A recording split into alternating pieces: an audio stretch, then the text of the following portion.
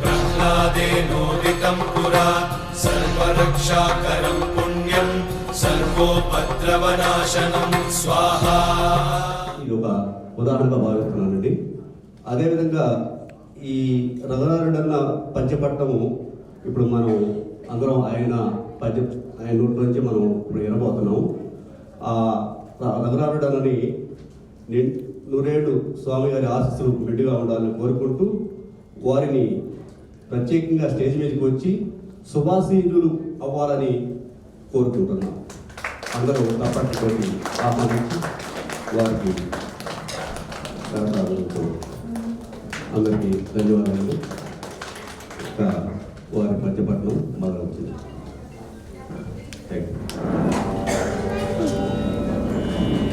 మాతృదేవో భవ, పితృదేవో భవ, ఆచార్య దేవో భవ, అతిథి దేవో భవ. లక్ష్మీనాథ సమారంభాం నాథయామున మధ్యమాం అస్మదాచార్య పర్యంతాం వందే గురు పరంపరాం. ఆది గురువైన ఆది నారాయణ మొదలుకొని నా గురువులతో సహా ఈనాటి వరకు గురు పరంపరకి ఒక్కసారి నమస్కరిస్తున్నాను. మొన్న భాగవతం చదువుతుంటే 22 మంది గురువులు ఉన్నారు. అవన్నీ చెప్తా పోతే ఇప్పుడు మనకి సమయం సరిపోదు.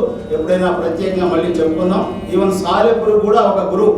మనం సాయంత్రం కూడా చూస్తే అది కిందికి పైకి కిందికి పైకి వస్తూ ఉంటుంది. ఉదయం చూసేటప్పటికి అది దాని గూట్లో అది ఉంటుంది.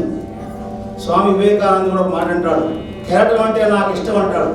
ఎందుకయ్యా ఎగిరెగిరి పడుతున్నది కంటే కాదు పడిన ప్రతిసారి పైకి లేస్తున్నందుకు అంటాడు. అందువల్ల మనందరం జీవితంలో ఒకవేళ ఏదైనా ఒడిదుడుకులు వచ్చినా ఇబ్బందులు వచ్చినా డల్ అయిపోకుండా మనందరం ఆ యొక్క భగవంతుడి పాదాలు పట్టుకొని పాదాలు నమ్ముకొని మన మానవ ప్రయత్నం మాత్రం మానకూడదు. మానవ ప్రయత్నమే గొప్పది. మీకు పూజ గొప్పదా మానవ ప్రయత్నం గొప్పదా అంటే మానవ ప్రయత్నమే గొప్పది. అందువల్ల ప్రయత్నం ఆపకుండా మనందరం జీవితంలో ముందుకు సాగిపోవాలని కోరుకుంటూ మరి ఈరోజు కార్యక్రమానికి వెళ్దాం.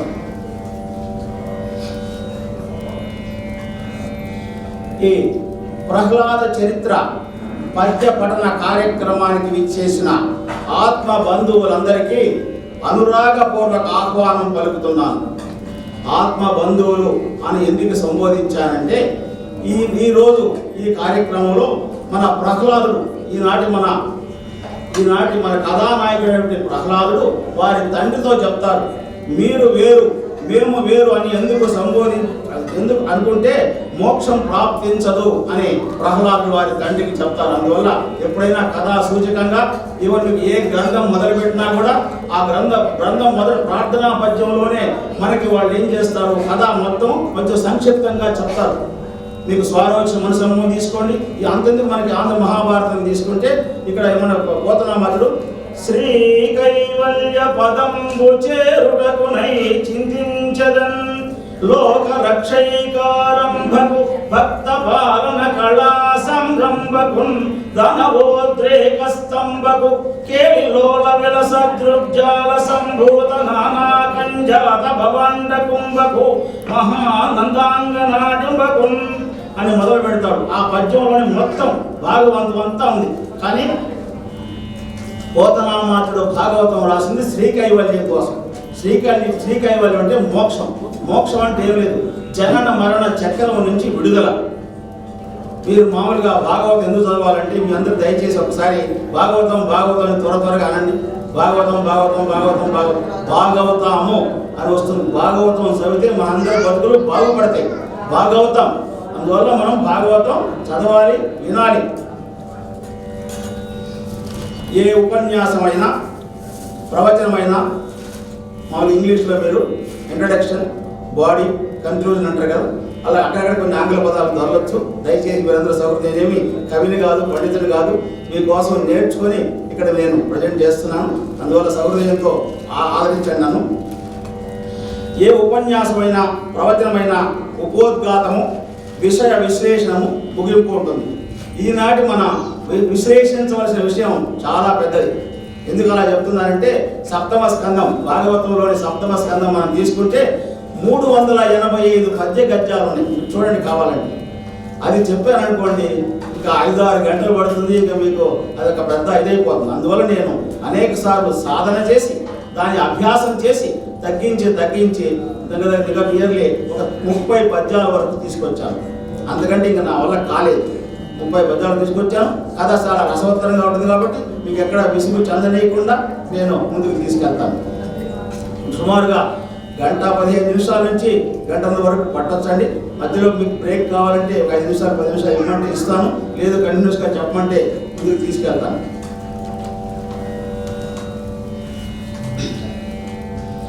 భక్తుల కథలు వింటే భగవంతుడు సంతోషిస్తాడు. మనము నేరుగా భగవంతుడిని పూజించే కంటే భక్తుల కథలు విన్నా, భక్తుల్ని సేవించినా భగవంతుడికి చాలా ప్రేమ. అందుకు మనకి సకల శుభాలు కూడా సమకూరుస్తాడు. భక్తుల గురించి మొదలు పెట్టాలంటే మొదట ప్రహ్లాదుడి గురించే చెప్పుకోవాలి. ఎందుకంటే భక్తులలో అగ్రగణ్యుడు. సాంస్క్రిట్లో ఒక చిన్న శ్లోకం ఉంది. ప్రహ్లాద నారద పరాశర పుండరీక వ్యాసాంబరీష సుఖ సౌనక భీష్మదాల్వ్యాన్ రుక్మాంగదార్జున వశిష్ఠ విభీషణాదీన్ పుణ్యానిమాం పరమ భాగవతాం స్మరామి.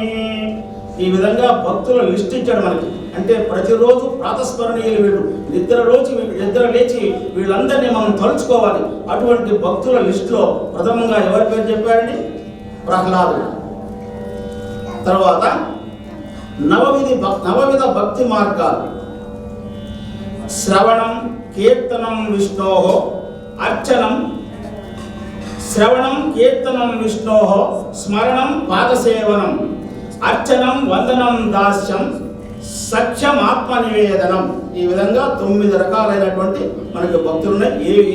ఈ 9టిని నవవిధ భక్తులు అంటారు. వీటిలో ఏ మార్గాన్ని ఎంచుకున్నా మనం స్వామిని పొంది పునరావృత్తి రహిత స్థితిని మనం పొందొచ్చు.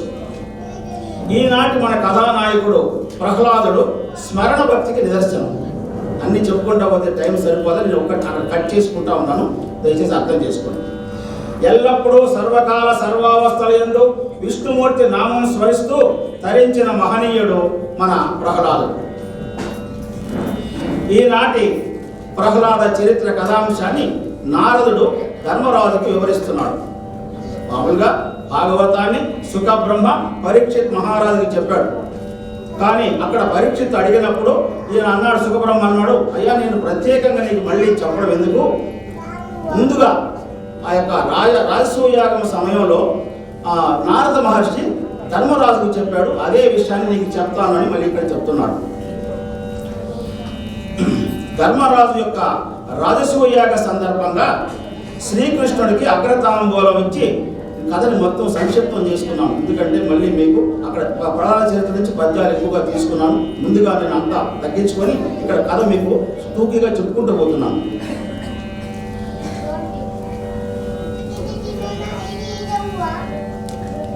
యాగం సందర్భంగా శ్రీకృష్ణుడికి అగ్ర తాంబూలం ఇచ్చి ఉచితాసనం మీద కూర్చోబెడతారు. అదే సభలో ఉన్నటువంటి శిశుపాలుడు శ్రీకృష్ణ స్వామిని నానా దుర్భాషలాడతాడు. శ్రీకృష్ణ స్వామి తన అత్త శిశుపాలుడి యొక్క తల్లికి ఇచ్చినటువంటి మాట ప్రకారం 100 తప్పుల వరకు కాస్తాడు. ఆ తర్వాత సుదర్శన చక్రాన్ని ప్రయోగించి అతని శిరస్సు ఖండిస్తాడు. ఖండించిన తర్వాత విచిత్రంగా శిశుపాలుడి యొక్క ఆత్మ వెళ్ళి శ్రీకృష్ణ స్వామిలో విలీనమవుతుంది. అది చూసిన తర్వాత ధర్మరాజుకి సందేహం వస్తుంది. మేము నిద్రలేసి చూస్తున్న వాళ్ళ బంధువులు కదా, చిన్నప్పుడు కూడా వాళ్ళు కలిసి ఆడుకునేవాడు, ఎప్పుడు చూసినా శ్రీ విష్ణుమూర్తిని తిడుతూ ఉండేవాడు. అలాంటి వాడికి ఇట్లా మోక్షం ఎక్కడి నుంచి వచ్చిందని చెప్పేసి ఆ ధర్మరాజు తన సందేహాన్ని నారద మహర్షికి తెలియజేశాడు. అప్పుడు ఆయన చెప్తున్నాడు. అప్పుడు నారద మహర్షి మొదలుపెట్టి వైకుంఠ ద్వారపాలకులైనటువంటి జయ విజయుల కథ చెప్తాడు. అది సింపుల్గా మీకు చెప్తాను. బ్రహ్మ మానస పుత్రులైన సనక సనందనాథుడు అంటే సనకుడు, సనందుడు, సనత్ కుమారుడు, సనత్ సుజాతుడు, వాళ్ళ నలుగురిని సనక సనందనాథులు అంటారు. వాళ్ళు వీరి వయస్సు ఎంత వచ్చినా వాళ్ళు మాత్రం ఎప్పుడు 5 సంవత్సరాల బాలులాగే ఉంటారు. పైగా వారు దిగంబరులు కూడా. వారు ఎప్పుడు పడితే అప్పుడు వైకుంఠానికి వెళ్ళి శ్రీ మహావిష్ణువు దర్శనం చేసుకుంటుంటారు. ఒకసారి అలాగే వాళ్ళు వైకుంఠానికి వెళ్తే 6 ద్వారాలు దాటి 7వ ద్వారం ప్రవేశించబోతున్నారు. అప్పుడు జయ విజయులు వాళ్ళని ఆపి ఎగతాళి చేశారు. ఎగతాళి చేస్తే అప్పుడు వాళ్ళకి ఆ బ్రహ్మమానస పుత్రులకి సనక సనందనాథులకి కోపం వచ్చి వీళ్ళని శపిస్తారు. శపిస్తే తర్వాత మీరు ఇక్కడ ఉండడానికి పనికిరారు, ఎందుకంటే మీరు చాలా భేదభావంతో ఉన్నారు, అందువల్ల మీరంతా వెళ్ళి రాక్షస యోనుల్లో పుట్టండి, అంటే రాక్షస జన్మ ఎత్తండి అని శపించాడు. అప్పుడు వీళ్ళు తెలుసుకొని వారి పాదాల మీద పడితే, సరే 3 జన్మలు స్వామితో విరోధంగా ఉండి మళ్ళీ తర్వాత మీరు వైకుంఠానికి తిరిగి వస్తారనే శాప విమోచనం కూడా చేస్తారు. అది జరిగిన విషయం. ఆ జయ విజయులే మొదటి జన్మలో హిరణ్యకశిప హిరణ్యాక్షులు, 2వ జన్మలో రావణ కుంభకర్ణుడు, 3వ జన్మలో శిశుపాల దంతభక్తులు. ఆ శిశుపాల దంతభక్తుల తర్వాత వాళ్ళు మళ్ళీ వైకుంఠానికి వాళ్ళు వెళ్ళిపోతారు. ఈనాటి మన కథలోకి వస్తే హిరణ్యాక్షుడు అంటే హిరణ్యకశిపుడు యొక్క తమ్ముడు. అతడు భూమిని చాప చుట్టినట్టుగా చుట్టేసుకొని సంకలో పెట్టుకొని రసాతలకి తీసుకెళ్ళిపోతాడు. అప్పుడు విష్ణుమూర్తి వరాహావతారంలో వచ్చి అతన్ని తన వాడి కొమ్ములతో పొడిచి చంపి భూమిని యథాస్థానానికి తీసుకొచ్చి పెడతాడు. ఆ విషయం తెలుసుకున్నటువంటి హిరణ్యకశిపుడు ఆవేశం, ఆక్రోశం ఇవన్నీ చెంది చాలా ప్రగల్భాలు మాట్లాడి తర్వాత తనకి ముసలితనం కానీ మృత్యువు కానీ లేనటువంటి జీవనం కావాలని చెప్పేసి బ్రహ్మ గురించి తపస్సు చేస్తాడు. ఆ యొక్క తపస్సు యొక్క ఆ వేడికి ముల్లోకాలు, అన్ని లోకాలు కూడా తల్లడిల్లిపోతాయి. ఆ దేవతలు కూడా స్వర్గంలో ఆ అమరావతిలో ఉండలేక వాళ్ళు పరిగెత్తి బ్రహ్మలోకానికి పోయి బ్రహ్మతో మొరపెట్టుకుంటాం, స్వామి ఈ వేడి మేము తట్టుకోలేకున్నాం, ఆయన ఏది కోరితే అది చూడండి, అక్కడ ఏది కోరినా సరే ఆయనకి ఇచ్చేసి ఈ తపస్సుని ఆపించండి అని వాళ్ళంతా కోరతారు. అప్పుడు ఆయన భృగు మహర్షి తర్వాత దక్ష ప్రజాపతి వాళ్ళిద్దరిని వెంటబెట్టుకొని ఆ యొక్క హిరణ్యకశిపుడు తపస్సు చేస్తున్నటువంటి మందర పర్వతానికి వస్తాడు. చూస్తాడు, అసలు ఆ విచిత్రం, అక్కడ మొత్తం శరీరం అంతా చీమలు, తర్వాత ఏదేదో తినేస్తామని అన్ని, అసలు మనిషి ఏమి అస్థిపంజరం లాగా ఉన్నాడు. అది చూసిన తర్వాత బ్రహ్మదేవుడికి చాలా జాలి కలిగింది. ఇంతటి ఘోరమైన తపస్సు ఎవరు చేయరు అని చెప్పేసి ఆ యొక్క ఏ కోరికలు కోరాడో అవన్నీ కోరికలు చెప్తామని లిస్టు ఉండదని చెప్పి, అంటే గాలిలో కానీ ఆకాశంలో కానీ ఇంట్లో కానీ బయట కానీ నరుల చేత ఈ విధంగా పెద్ద లిస్టు ఆయన కోరుకోమని చెప్పింది ఒక్క వరం. వీడు మహామేధావి, 21 కోరికలు కలిసి ఒకే వరాన్ని కోరుకుంటాడు. సరే ఇంత ఘోరమైన తపస్సు చేశాడు కదా అని చెప్పేసి బ్రహ్మ కూడా ఇచ్చేసి, కానీ కొంచెం జాగ్రత్తగా ఉన్నాయన, నీకు ఇటువంటి వరాలు ఎవరు కోరలేదు, ఎవరికి నేను ఇవ్వలేదు, ఇంకా మీద కూడా ఇవ్వబోను, కానీ నువ్వు మాత్రం కొంచెం జాగ్రత్తగా ఉండు అని చెప్పి ఆయన వాటికి ఆయన అంతర్ధానం అయిపోతాడు. హిరణ్యకశిపుడు మాత్రం వరవల గర్వంతో కొవ్వెక్కి ముల్లోకాలని బాధపెట్టడం మొదలుపెట్టాడు. ఈ రాక్షసరాజు సుందరమైనటువంటి సురేంద్రుని రాజధాని, సురేంద్ర భవనం అంటే దేవేంద్రుడి రాజధానిని వీడు ఆక్రమించేసి ఆ సింహాసనం పోయి కూర్చొని త్రిలోకనాథుడైపోయినాడు. 3 లోకాలు ఇంకా నాకు తిరుగులేదు అని అక్కడ కూర్చొని ఆయన చాలా గర్వంగా ఉంటున్నాడు.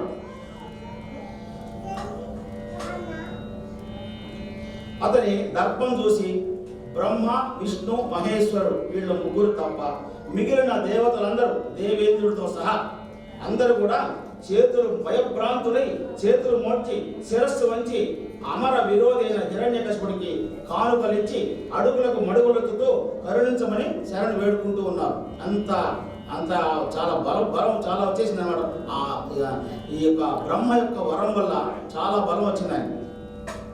ఆ సమయంలో దేవతలు ముక్తిదాయ అయిన శేషసాయిని మనసులో తలుచుకుంటూ, దేవా మాకు ముక్తి ఎప్పుడు, ఆ రాక్షసుని పీడ తొలగేది ఎప్పుడు, బాగుపడేది అన్నాడు, మాకు మంచి రోజులు ఎప్పుడు వస్తాయి అని ఆలోచిస్తూ వాళ్ళు వైకుంఠానికి వెళ్ళి ఆ విధంగా తలుచుకుంటూ నిర్మల జ్ఞానానంద స్వరూపుడు సర్వేంద్రియాలకు అధిపతి అయిన అచ్యుతునికి నమస్కరించారు.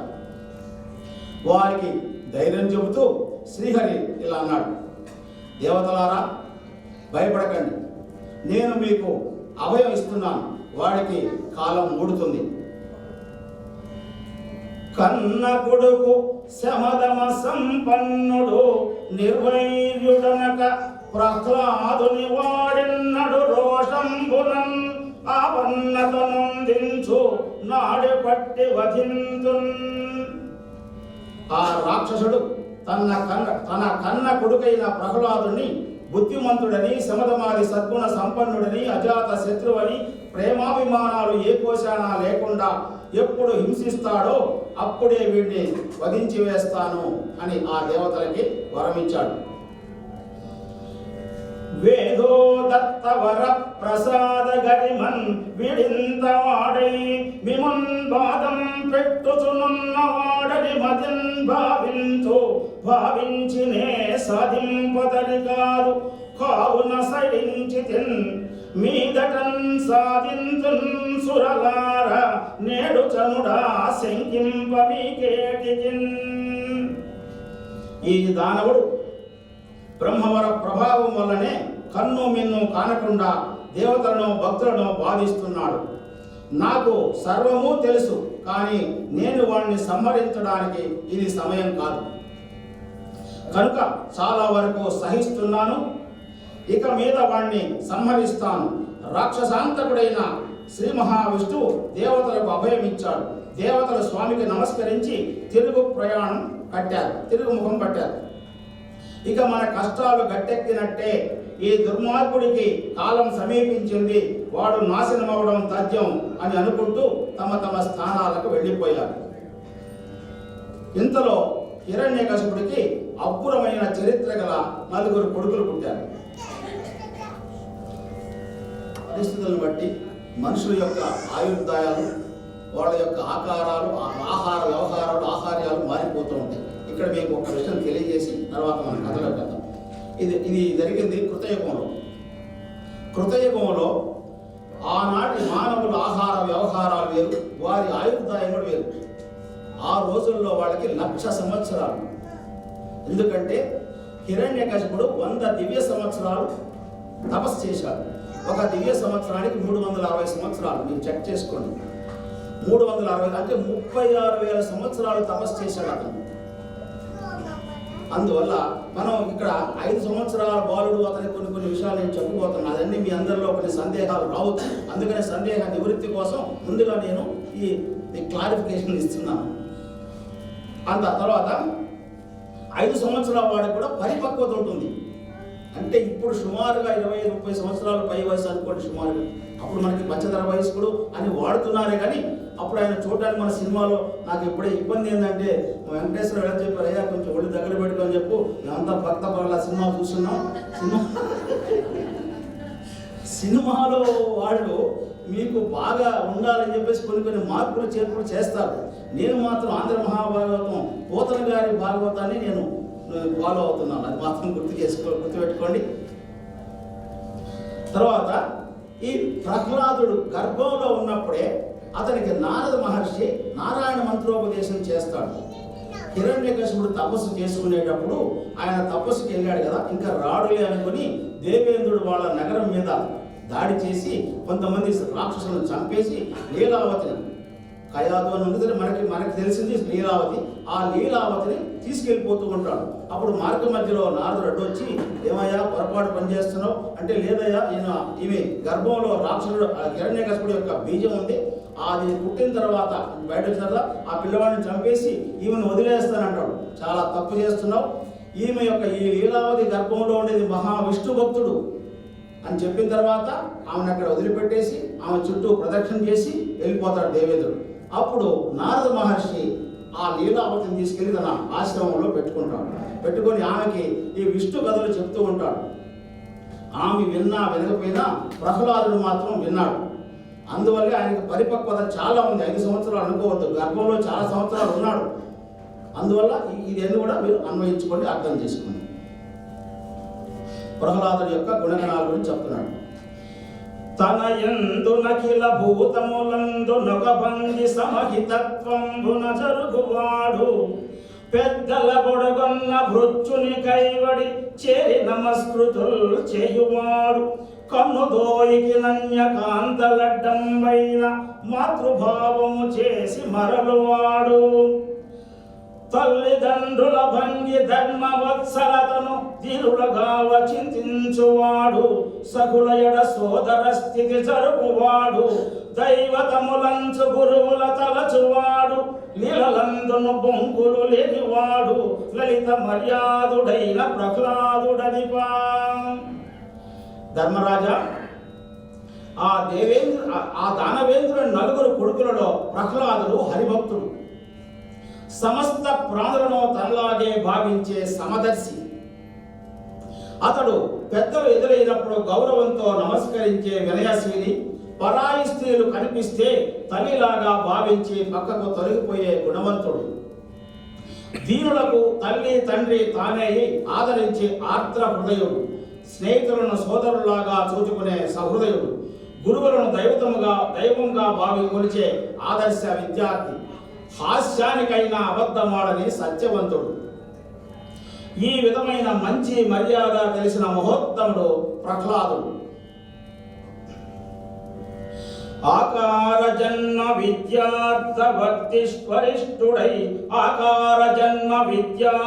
వరిష్ఠుడై గర్వ సంస్తంభ సంగతుడు కాడు, వివిధ మహానేక విషయ సంపన్నుడై పంచేంద్రియములచే పట్టువడడు, భవ్య వయోబల ప్రాభవోపేతుడై కామరోషాదుల క్రందుకొనడు, కామిని ప్రముఖ భోగములెన్ని కలిగిన వ్యసన సంసక్తి నావంకబోడు, విశ్వమందు కన్న విన్న అర్థములందు వస్తు దృష్టి చేసి వాంఛయుడడు, ధరణీనాథ దైత్యతనయుండు హరిపరతంత్రుడై హతాన్యతంత్రుడగుచు. ఇంతేకాదు ధర్మనందన, రూపురేఖల విషయంలో గాని విద్య ఐశ్వర్యం విషయంలో అధికుడై కూడా ఆవంత గర్వం లేనివాడు ప్రహ్లాదుడు. అనేక భోగభాగ్యాల మధ్య పెరిగినా కూడా చంచలత్వం లేని ధీరుడు, చక్కని వయస్సుకు తగ్గ బలం ఉన్నవాడైనా కామం క్రోధం ఎరుగనివాడు, కాంతలు మొదలగు భోగాలు కళ్ళ ముందే కనిపిస్తున్న శృంగార భావమే అతని మనస్సుకు రాదు. అతడు లోకంలో గొప్ప గొప్ప ఐశ్వర్యాలను చూచినప్పటికీ, వాటిని గురించి విన్నప్పటికీ వాటిని ఎప్పుడూ కోరుకునేవాడు కాదు. ఆ రాక్షసరాజు కొడుకైన ప్రహ్లాదుడికి నిత్యం విష్ణువును గురించే ఆలోచన, అదే ఆరాటం, అదే ఆసక్తి. ఇతర ఆలోచనలు అతని దరికి రావు. సద్గుణంబులెల్ల సంగములై వచ్చి అసుర రాజతనయునందు నిలిచి పాసి చనవు విష్ణు బాయని విధమున నేడు దగలియుండు నిర్మలాత్మ. ఓ ధర్మరాజా, అనుక్షణం విష్ణువును విడిచిపెట్టని ప్రహ్లాదుని లోకంలో ఉండే మంచి గుణాలన్నీ తండోపతండాలుగా వచ్చి ఆశ్రయించాయి. ఓ మహారాజా, ప్రహ్లాదుడు రాక్షస కులంలో పుట్టాడని ఏమాత్రం ద్వేషం లేకుండా శత్రువులైన దేవతా శ్రేష్ఠులు కూడా వారి వారి సభలలో ప్రహ్లాదుని గుణగణాలను గురించి ప్రశంసించేవాడు. గుడవినియగు ప్రహ్లాదుని గుణములనేకములు కలవు, గురుకాలమునన్ గణుతింపన సత్యంబులు, పణిపతికి బృహస్పతికి భాషాపతికి. ఈ యొక్క ప్రహ్లాదుని యొక్క సుగుణాలకు నిధి వంటి వాడు. అతని గుణాల గురించి చెంత చెప్పినా సరిపోదు, తక్కువే. ఆ గుణాలన్నీ వర్ణించాలంటే సాక్షాత్తు 1000 తలలున్న ఆదిశేషుడికి కానీ, దేవతల గురువైన బృహస్పతికి కానీ, లేదా సాక్షాత్తు సరస్వతీదేవి భర్త అయిన బ్రహ్మకైనా కూడా సాధ్యం కాదు. అన్ని గుణాలు ఉన్నాయన్నమాట అతను. సుగుణవంతుడైన ప్రహ్లాదుడు భగవంతుడైన శ్రీహరిని అనుదినము ఆరాధిస్తుండేవాడు. అతడి ఆనందమంతా ఆ స్వామిని ధ్యానించడమే. అతని హరిభక్తి ఆనాటికి అతిశయించింది. ముఖ్యమైన పద్యం, అందుకే నీళ్లు తాగాను. కొంచెం దమ్ము కూడా కావాలి, ఎందుకంటే చాలా పెద్ద సమాసం ఉంది, అది ఆపకుండా చెప్పాలి. పానీయంబులు త్రావుచున్ కుడుచుచున్ భాషించుచున్ హాసలీలా నిద్రాదులు చేయుచున్ తిరుగుచున్ లక్షించుచున్ సంతత శ్రీనారాయణ పాద పద్మయుగళి చింతామృతాస్వాద సంధానుండై మరచన్ సురారిసుతుడు ఏ తద్విశ్వమున్ భూవరా. ధర్మరాజా, మహానుభావుడైన ప్రహ్లాదునికి మంచినీరు త్రాగేటప్పుడు, మాట్లాడేటప్పుడు ఆ మాధవుని చింతనే, ఆహారం తీసుకునేటప్పుడు, ఆటలాడేటప్పుడు ఆ అచ్యుతుని స్మరణే, నడుస్తున్నా నవ్వుతున్నా నారాయణ ధ్యానమే, చివరకు నిద్రలో కూడా నీరజాక్షుని కలవరింతలే. ఈ విధంగా శ్రీమన్నారాయణ చరణారవింద స్మరణమనే అమృతాన్ని ఆస్వాదించి ఆ మైకంలో ఈ లోకాన్ని మరిచిపోయిన మహనీయుడు ప్రహ్లాదుడు.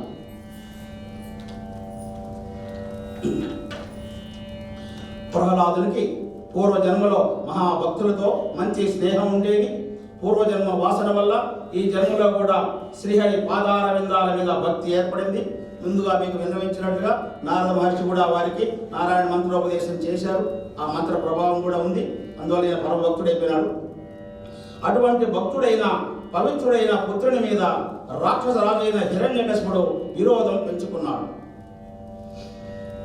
మనస్సులో కరుణ లేకుండా కఠినాత్ముడై కన్న కుమారుణ్ణి చంపించడానికి భటులను పంపించాడు అని పలికిన నారదుని చూచి ధర్మరాజు ఆశ్చర్యచకితుడై ఇలా అడిగాడు.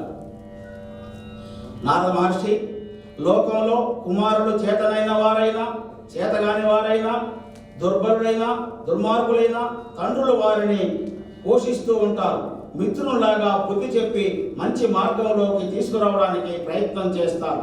అంతేగాని కొడుకులతో ఎవరైనా శత్రుత్వం పెట్టుకుంటారా? కొడుకులను చిత్రహింసలు పెట్టే తండ్రులు ఎక్కడైనా ఉంటారా? అందులో ప్రహ్లాదుడు రత్నాల వంటి గుణాలు ఉన్నవాడు కదా. అంత పరమ పవిత్రుడైన పుత్రుణ్ణి కన్నందుకు సంతోషించకపోగా హింసించడానికి అతనికి మనసు ఎలా ఒప్పింది స్వామి అని ధర్మరాజు నారద మహర్షిని తన సందేహం అడిగాడు.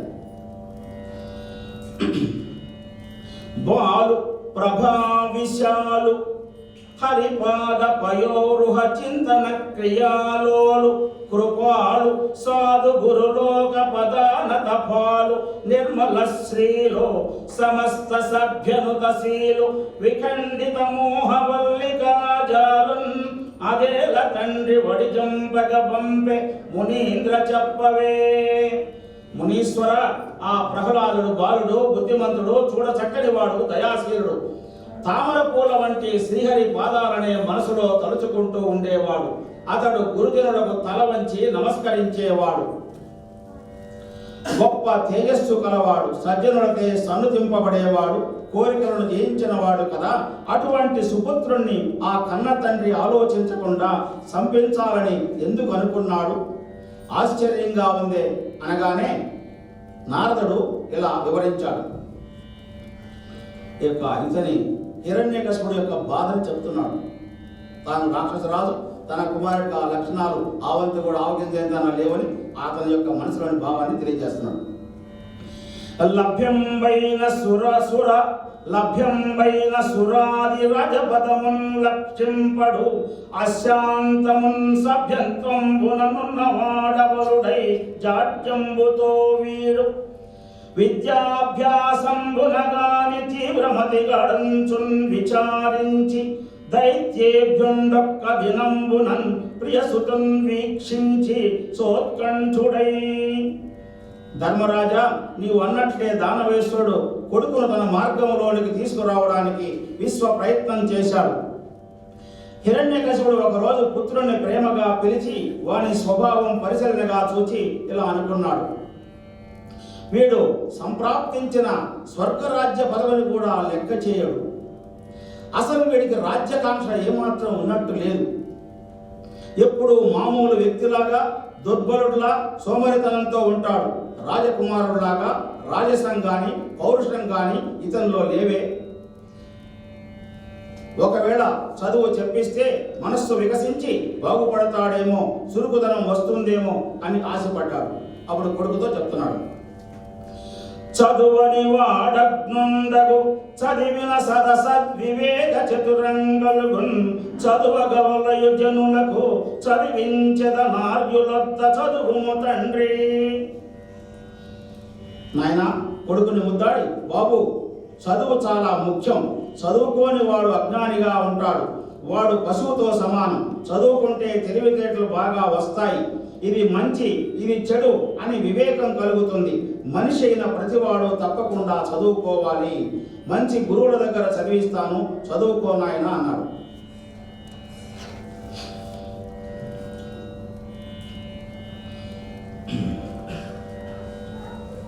నీతి శాస్త్ర విశారదుడు రాజగురువైన శుక్రాచార్యుని కొడుకులైన చండామార్కులు వారి ఇరువురిని పిలిపించాడు. వారు తర్క విద్యలో ఆరితేరిన వారు. చండామార్కులను చూచి హిరణ్యకశిపుడు గౌరవ పురస్సరంగా ఇలా అన్నాడు: మీరు గురుపుత్రులు, పరమ పవిత్రులు, మాకు గౌరవ పాత్రులు. మీకు మాకు బంధువులు, దయా సింధువులు. మా కుమారుడు అజ్ఞానంతో అంధుడై ఉన్నాడు. ఎప్పుడో సోమరిగా ఉంటాడు. పలుకరిస్తే గాని వెంటనే పలకడు. నా ప్రతాపానికి సంబంధించిన వాసన కొంచెం కూడా ఇతనికి అంటలేదు.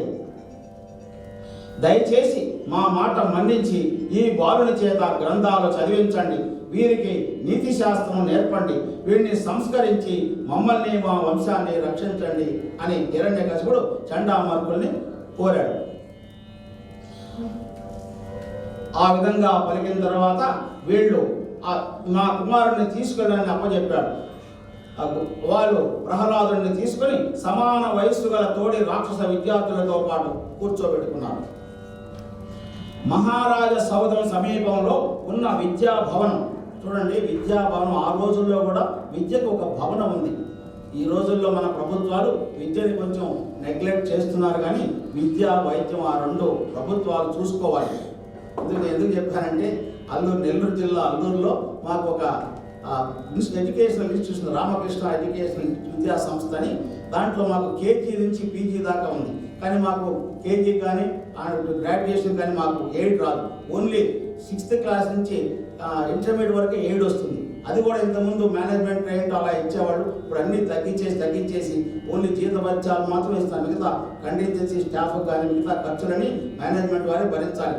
దాన్ని మేము నో లాస్ నో ప్రాఫిట్ అని నడుపుతున్నాం, కానీ ప్రతి నెల 1-2 లక్షలు లాసే వస్తుంది. ఎందుకు చెప్తున్నా అంటే విద్య అనేది ప్రభుత్వం ఆ రోజుల్లో చూడండి ప్రత్యేకమైన విద్యా భవనం. ఎప్పుడు కృతయుగంలో విద్యా భవనం ఉంది అక్కడ. అలాగే ప్రభుత్వాలు విద్యను ప్రోత్సహించాలి. మహారాజ సౌధం సమీపంలో ఉన్న విద్యా భవనంలో ప్రత్యేక శ్రద్ధ తీసుకొని చండామార్క గురువులు బాలుడిని చదివించసాగారు. అతి ముఖ్యమైన అనేక శాస్త్రాలు బోధించారు. ప్రహ్లాదుడు విష్ణుదేవుని మీద భక్తితో అన్ని శాస్త్రాలను చదివి అర్థం చేసుకున్నాడు. అన్ని విద్యలను నేర్చుకున్నాడు. ఎప్పుడు గురువులకు ఎదురు చెప్పేవాడు కాదు. ఇష్టం లేనివి గురువులు బోధించినా ఆ విద్యలన్నీ అసత్యాలని భ్రమలని తెలిసినా కూడా ఆక్షేపించేవాడు కాదు.